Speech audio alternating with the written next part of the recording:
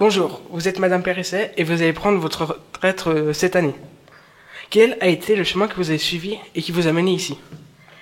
Alors j'ai commencé par faire l'école normale. Alors, déjà enfant, j'aimais beaucoup jouer à l'école. Je faisais la maîtresse d'école et puis pour moi c'était évident que je ferais l'école normale. C'était à l'époque, pour être maître primaire, il fallait faire l'école normale. Ensuite j'ai continué les études à l'université pour être enseignante au cycle d'orientation et au collège. Et est-ce que vous avez eu un regret sur une décision que vous avez prise durant votre carrière? Non, je pense pas.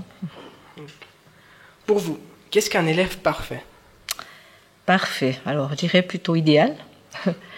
Parfait n'existant pas. Je dirais un élève qui vient à l'école, content de venir à l'école, qui est motivé, qui fait son travail. Voilà. Comme moi. Et le pire cran?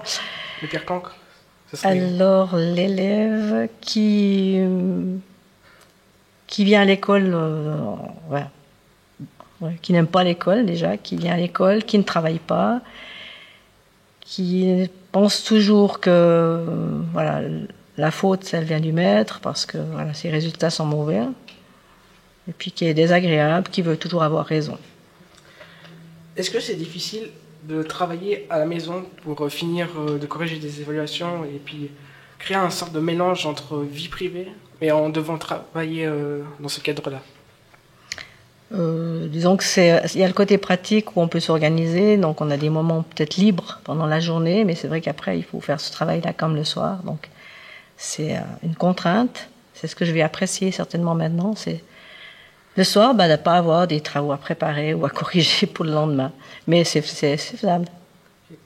Vous enseignez principalement des branches utilisant des chiffres, c'est pour une raison affective ou imposée? Alors j'ai toujours aimé les chiffres. Encore une fois, quand j'étais enfant, j'aimais beaucoup le calcul. Mes parents aussi. Alors est-ce que c'est parce que mes parents ils aimaient, je ne sais pas. Et puis comme j'aimais toujours les maths, je travaillais certainement plus cette branche qu'une autre, donc j'étais meilleure dans cette branche. Et puis comme j'étais meilleure, j'avais plus envie de travailler. Mais c'est vrai que j'aime beaucoup les chiffres. Alors après, je ne sais pas au niveau du caractère qu'est-ce que ça veut dire. Si vous deviez donner un conseil à une ou un professeur qui va vous remplacer, ce serait lequel? J'aime pas trop donner des conseils parce que souvent quand on donne des conseils, c'est par rapport à soi-même et puis chaque personne étant différente. Ce que je pourrais conseiller, ça va peut-être pas marcher avec cette personne, mais effectivement d'être peut-être quand même exigeant et puis de ne pas prendre trop sur soi. Donc, à partir de juillet, que sera une journée parfaite pour vous?